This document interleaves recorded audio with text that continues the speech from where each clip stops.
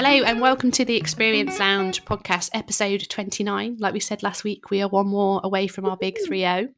And this week's episode, we're going to be talking about hybrid working and whether this is better or worse for diversity and inclusion.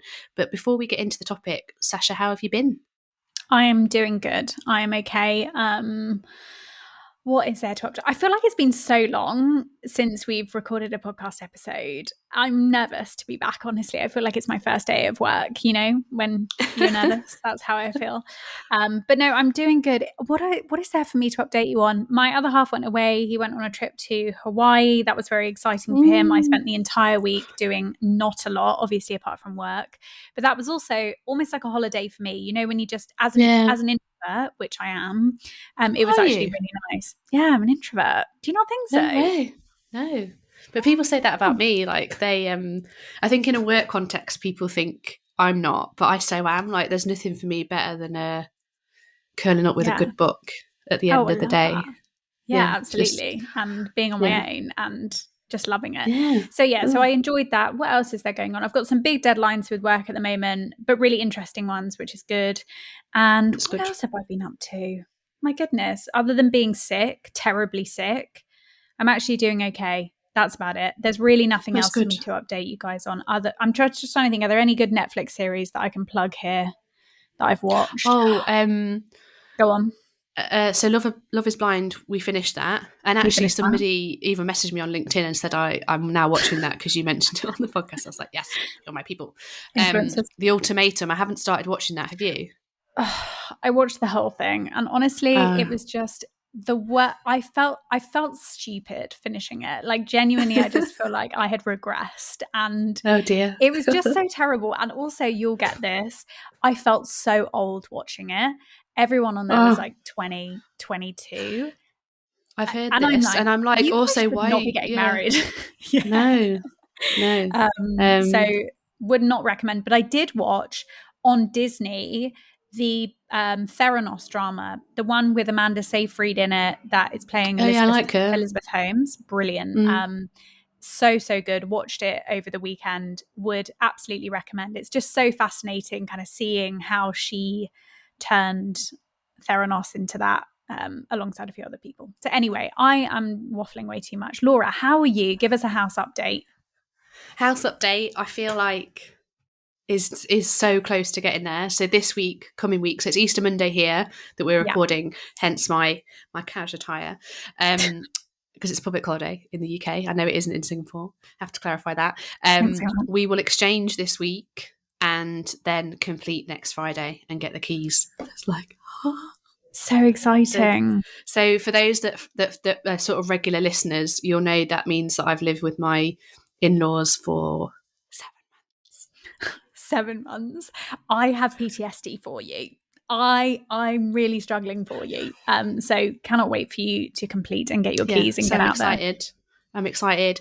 Got my home Insta set up, nearly ready to tell people what it is. Okay, fine. I'll tell you what it is, and then we can start doing the little renovations. I'm excited because we've never owned a house. So I think it's quite a big deal, and also a bit unusual probably for the age that I'm at to have never owned a house. But that's living abroad for 10 years in apartments. Exactly. I was going to say, you were living abroad. You were living like the expatriate life. Like it's very rare, and also there's so much hassle involved with managing property overseas. Like we do it, and honestly it's just not worth it. So hats off to you. I think so exciting. We can't wait for it. And work's going well for you? It is 3 months into my new job. I think I'm feeling a bit more settled, but still, you know, the journey of starting a new role is definitely past more than 90 days, I think, to get your feet under the table. That's the right phrase, isn't it? I always get these idioms wrong, like seriously. Yeah, I'm just going to say yes and we'll move on. So HR tech news before we get into today's questions. So only 2 stories I'm going to call out here very briefly. The first one is, if you haven't listened to the last episode 28 of the podcast, first of all, what are you doing? Go and listen to it. It's brilliant. The episode was dedicated to the amazing Volker Jacobs, who is the CEO and founder of both TI People and Fount. And that is what I'm going to talk about now. So Fount we wanted to celebrate the launch because in the EX sphere, it's very rare that we come across technology that is 100% dedicated to employee experience. We have lots of kind of patchy HR tech solutions, but this is one of a kind. So just a quick recap. So Fount was created by a team of thought leaders and experts with a deep understanding of the complexity behind delivering high quality employee experiences at work. Based on the team's track record of work at EX consultancy and pioneering through TI People, Fount believes employees should feel great at work by applying, goodness, I'm struggling today. Maybe I need an extra coffee. By applying employee experience to organizational talent challenges, common human frustrations and friction can be swept away. The dream of a better experience at work can be made real for your employees, your customers, and maybe even the wider world. Some big promises there. I love it. So definitely just wanted to shout out. We'll leave the link to Fount below. I think they're launching in phases. So you'll definitely see more from the team. So make sure you're following them on LinkedIn. And then the second news story isn't really a news story, but it's, oh my goodness, struggling today. Lady Rona's still got me. Second one is a bit of a spotlight on a platform, which is called Out in Tech. And Out in Tech is the world's largest nonprofit community for LGBTQ plus tech leaders.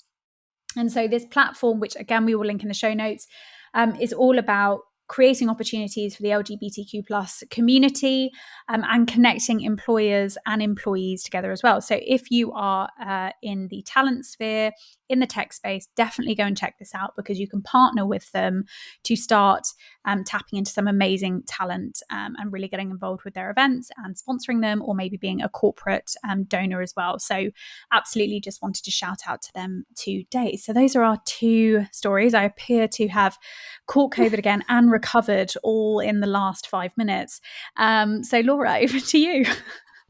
And then I was like, well, I'm going to ask the questions to start with, which then means it's straight back to you. But I can always give a little bit of input. But like we said, we wanted the episode. We've done quite a few episodes, I think, on hybrid working, different guises, what to think about from an EX perspective. We also talked about the 4-day working week as well, but we wanted to do a bit of a focus on diversity, equity and inclusion. So sort of first question we wanted to explore a bit, what are some of the benefits of hybrid working when it comes to diversity, equity, inclusion? What do you think, Sasha? So I think a big one, and really probably quite obvious, is it's really good for working parents. Yes. And not just working parents, expectant mothers and expectant fathers as well, or just anyone that has any kind of caring responsibility, because it really affords you the ability to balance both, attend appointments in the morning, come back, flex your schedule. You don't have to commute the 2 hours or whatever it is. So I definitely think that is a benefit.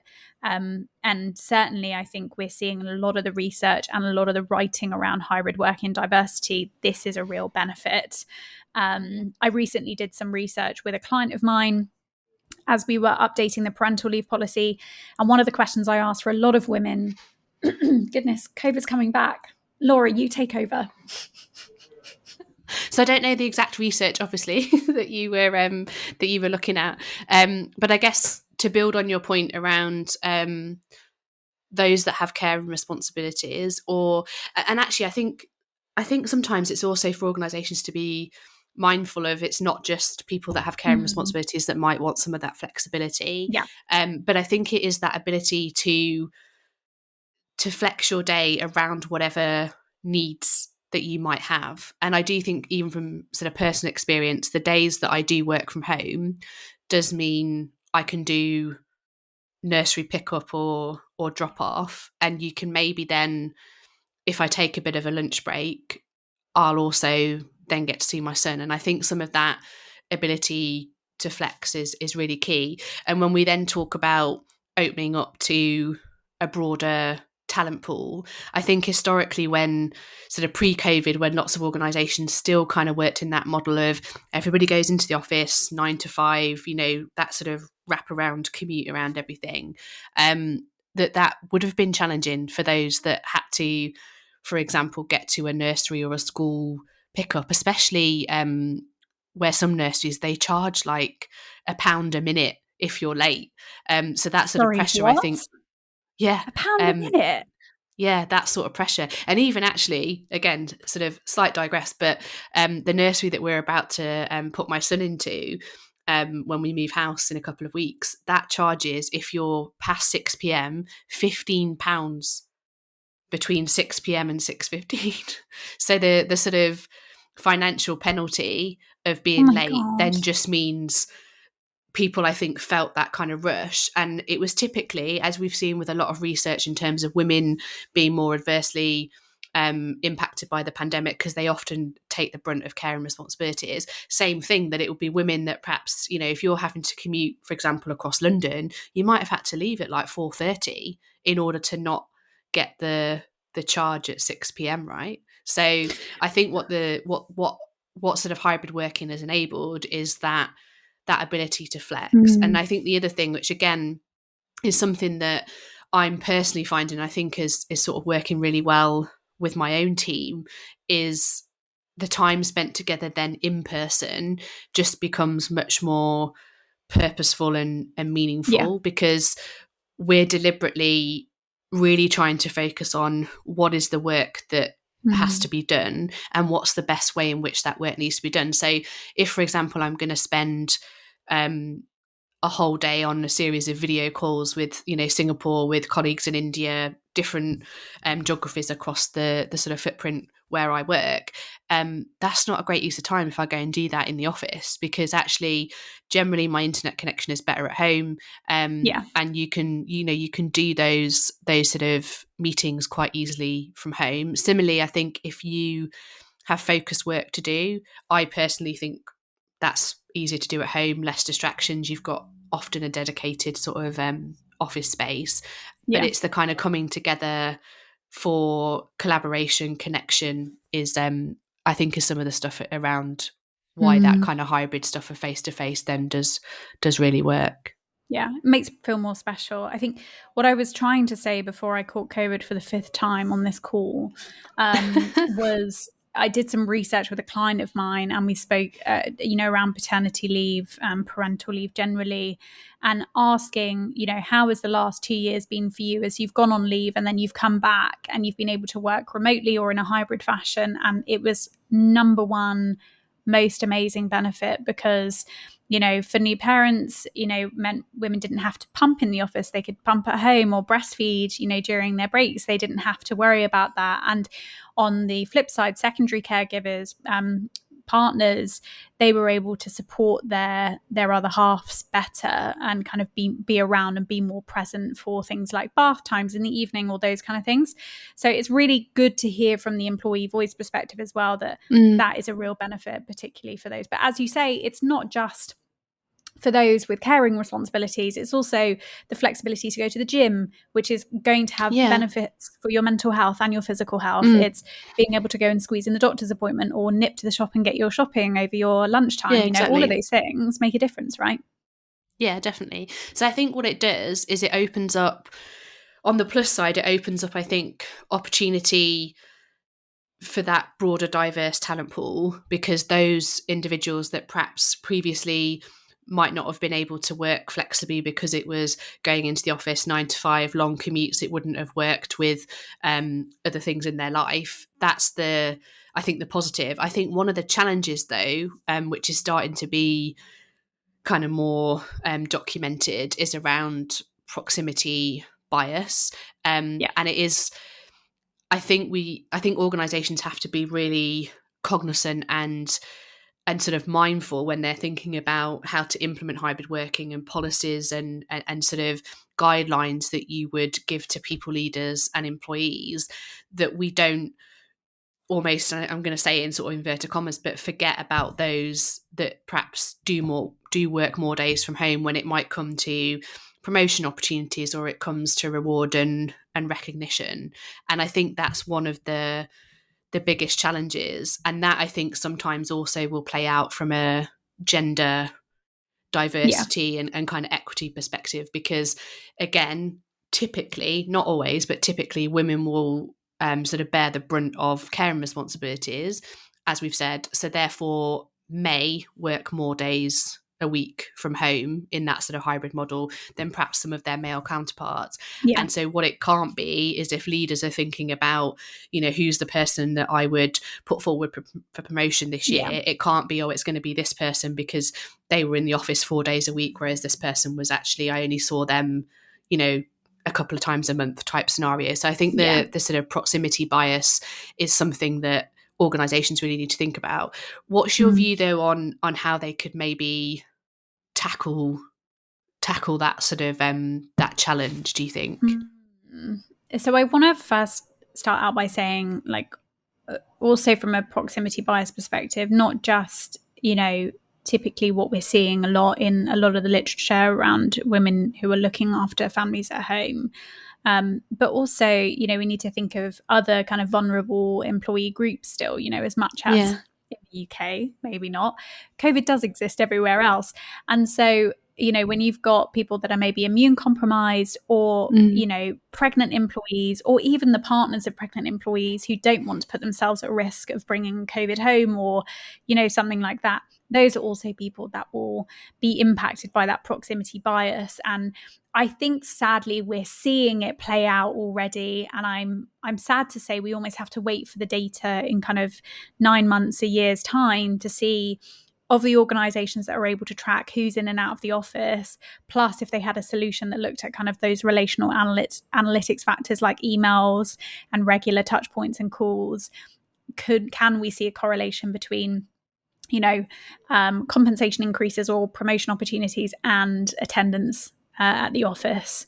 And so I think we almost have to see it play out a little bit. We're kind of making an assumption, or at least hypothesizing here, that that will have a long-term adverse effect on certain employees. So I just wanted to add that. But in terms of what can organizations do to overcome this, so I think first thing is having or driving an awareness of proximity bias is really important. And so I think, a lot of the time we think about hybrid working toolkits, but actually this is really critical for managers as part of their hybrid working training is, what are my blind spots? So, I'm sure there's lots around there around supporting mental health for employees and the physical health and well-being for people coming in, and how do we maintain social distancing if that's still an issue. But we need to be addressing the proximity bias issue, and doing so early as well. So before performance conversations start coming around, before ad hoc performance or career conversations start coming around, we need managers to be aware that this is an issue. But also not just managers. I think the general employee population should be aware of this, because it also impacts the social dynamics of a team. And so, it's not just the manager's responsibility, but when you're part of a team of 4 or 5 people, you don't want people to be feeling left out, because that level of social exclusion or, team exclusion can result in people feeling, less valued, less engaged, and wanting to leave. So I also think it's really important. So I think, in summary, a good bit of training and awareness for the business. What do you think? Yeah, I agree. And I also think we've talked a little bit about, I say a little bit, it's kind of been the foundation often of a lot of our earlier episodes when we were talking through human-centered design and how you can apply some of that EX lens. But I think it's also being really mindful of the different touch points during that hybrid working experience, and thinking about how do you make those inclusive, and what are, as you sort of said, some of those blind spots that you might need to be aware of. And I can see that kind of play out in hiring decisions, whether that's somebody, how are you interviewing candidates that are coming in? Is that virtual? Is it face-to-face? What's the sort of setup when people join, around onboarding? I think you can sort of apply that lens across a number of touch points during that employee journey. So for me, that's an area, I think, whether you're sort of a HR professional or EX practitioner, to start to really think about. And as you say, as the data kind of comes in, I think using that data to then shape those different parts of the experience with that diversity, equity and inclusion lens. Because I almost think at the moment it's a bit unclear as to what the full impact will be, because I still think organisations are starting to, because of different government restrictions and different geographies, they're sort of starting to work through how do we make this work? What might be some of the challenges? Where do we sort of need to get the right leadership capability, the right leadership sponsorship? All of that, I think, is going to be really key. But me sort of thinking with my EX hat on is really thinking about that employee journey and thinking about some of those kind of key experience or those kind of key touch points, and are we looking at those from a lens of diversity, equity, inclusion, and are we getting the voice of those different employee groups into any sort of solutions that we might be designing or sort of thinking about? Yeah, absolutely agree with you. And I think I alluded to this, I think in a previous podcast episode, but also in a webinar recently, which is, I think because hybrid working and getting people back into the office, it was kind of not necessarily knee jerk, but I feel like a lot of the kind of, right, we need to get people back, what's the strategy, was quite, it was pulled together relatively quickly for some organizations. And so, because the rules change so frequently, but I think for that reason, maybe there's an opportunity for EX practitioners and HR leaders listening to kind of reverse and kind of revisit the hybrid working strategy or the hybrid working principles that were kind of put in place however many months ago.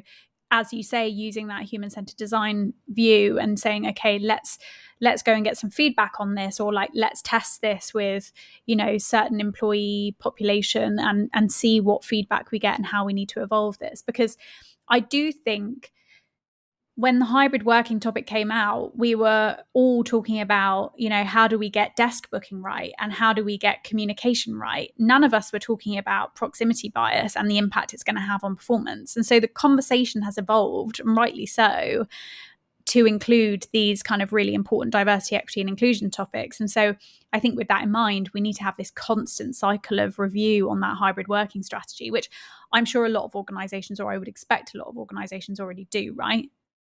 Yeah, definitely. And I think I almost think it's a bit like the sort of hierarchy of needs conversation again, in that there are things related to the hybrid working experience around your office setup, the kind of suite of technology that you have for your employees, both in the office and at home. And to me, they're kind of like the basic needs that need to be in place in order for this to sort of work. But then there's just the build, which even when you think of how do you make sure that meetings are inclusive, and that's things where I don't think people, when we were all working from home, everybody was on a level playing field, right? So you were all, logging into your Zoom or whatever video technology platform of choice your organization used, and it was the same for everybody. But actually in the hybrid context, you've then got some people that it might be their office day that day. You've also got, does the technology work in the office as well as it does at home, with some people that might be in the room and in kind of different locations? And then there's even things to think about around, do you have employees on the call that might have different needs? So do you have individuals that might have different neurodiverse needs, for example, and need to kind of process information differently, and thinking about channels that are available? So, Teams, for example, has the auto captioning, doesn't it? If you're somebody that is either hard of hearing or perhaps needs to be able to kind of read those captions. And so I just think it's organizations really being mindful about how we asking people to connect and collaborate, and how we're using some of those tools to make that a really inclusive experience. And that's the dialogue that I think leaders need to be having with their teams, but also at that senior leadership level, around what is the message that we're, kind of putting out into the organization. How are we sort of walking the walk, not just kind of saying one thing and then doing something else, which I think we're seeing a lot of organizations do, which is the sort of, senior leadership saying we support hybrid working, we're here for hybrid working, but actually then saying to everybody in their team, get back into the office and we'll have it exactly the way, the way it was. I don't know if you heard, I was just gonna add, because it just kind of came to my mind, a really recent Brene Brown podcast episode she did, We can link it in the show notes, and we also shared it, I think, on our Instagram stories earlier in the week. But this episode, I've forgotten the guy's surname, but I think he was called Scott, who had sort of come on and was talking about, if you're going to run your organisation the way that you did in 2020, basically he was saying, like, pack up and go home, because this is not how businesses are going to run now. But I think the sort of the dialogue around how do we need to make this work, what needs to be different, is sort of super important. Yeah, I agree with you, because I think organizations run the risk of, and I think there's a lot of weight put behind events now to get people back into the office, perks for being back in the office, definitely, trying to recreate those water cooler moments. But it also does communicate a message to people that can't necessarily be there, that there is a higher value placed on employees that can be physically present in the office. Exactly. And that's a real challenge. And I also think I totally, by the way, 100% agree with all of the amazing ideas and insights around making it inclusive. 100% think that's the way we should be moving. But I also see the challenge for leaders, which is, as a manager, if I've got half of my team who can come into the office and then half of my team who actually need to spend more time at home, what do I do? Do I limit the amount of in-person interactions I have? That adds a lot of stress to the situation as well, right? Because then you're like, oh God, well, how do I stop the proximity bias? How do I stop the kind of inequity in time as a manager that I'm giving to my team? And I think that's where, like, if I take a step back and I look at it kind of as a problem to solve, not necessarily saying to managers, you have to spend less time with people that you're physically in the office with, especially if you're able to go there. But it's about being cognizant of the impact that will have on the decisions that you make. And that also adds to the importance of, I hate to use the word governance, but the governance structures around those critical decisions that you are going to make. So for HR, this is, how do we look at our promotion process or our salary review process or our performance management process and kind of take into account that proximity bias so that our managers are less stressed about limiting the time they have with people in person and are more focused on managing regardless. You see what I mean? Yeah.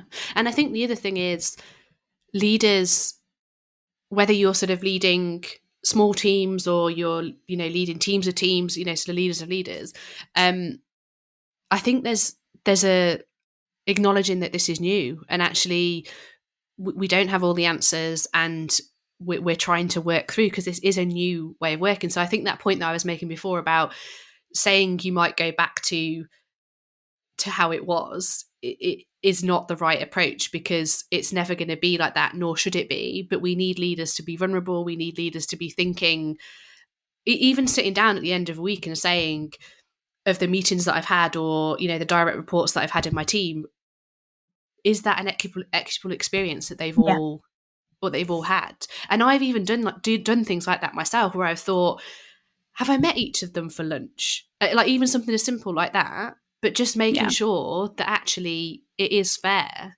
And if you weren't able to then do something like a kind of face-to-face interaction, how do you recreate some of that virtually, so you are, spending equals amount of time with different employees in your team? And one of the things I've kind of personally felt really useful was, we had a discussion, and bearing in mind this is obviously a new team that I've kind of taken on in January, but we had a discussion probably 6-8 weeks in, where we talked about our working agreement. So it was things like, what are our care and responsibilities, or how is it that we like to work? What are the things that are the non-negotiables for us?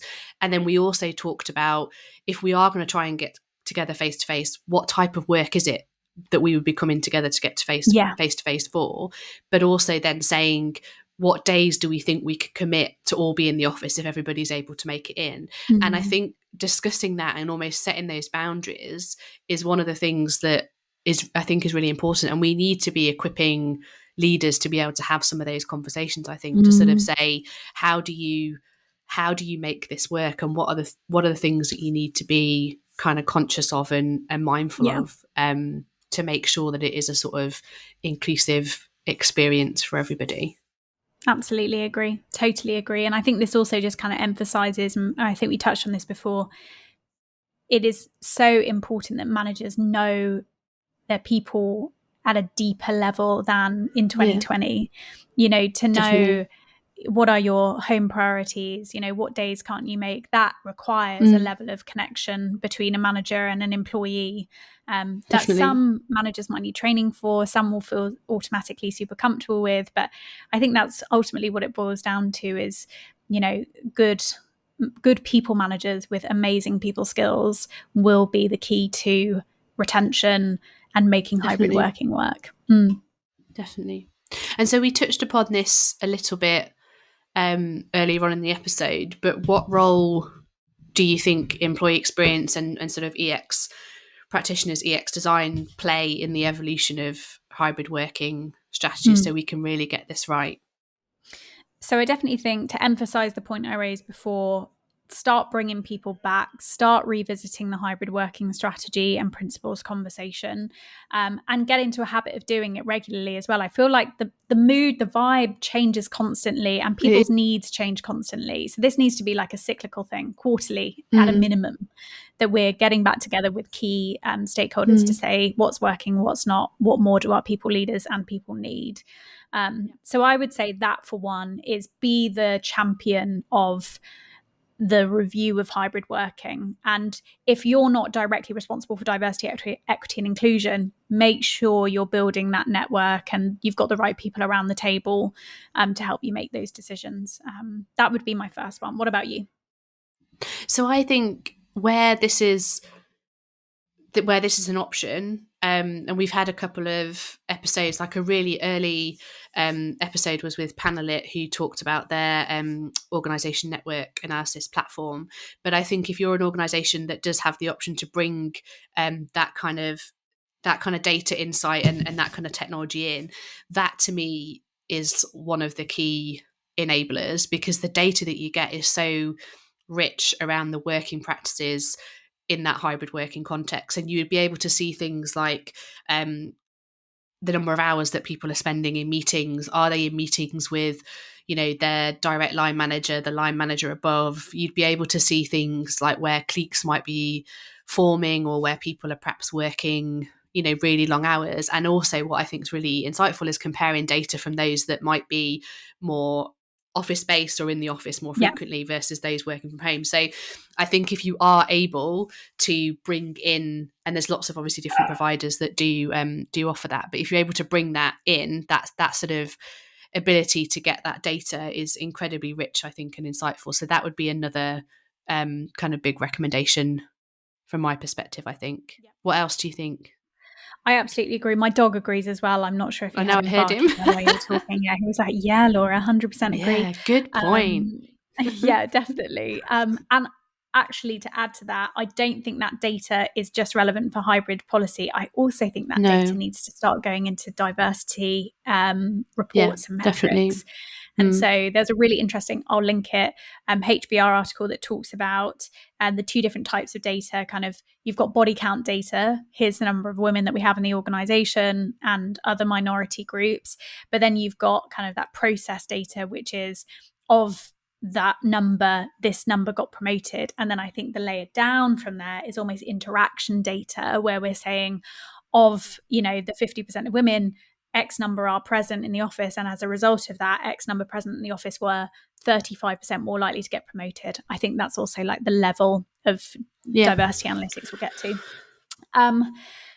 Yes, so I just wanted to kind of reiterate that. And then also ensuring that whatever you are doing, if EX sits within HR, that you are sharing those insights and that data and this kind of perspective with other service functions across the organization. So I think that's really, really important, that it becomes a much broader discussion than just EX and HR, which sometimes it can be.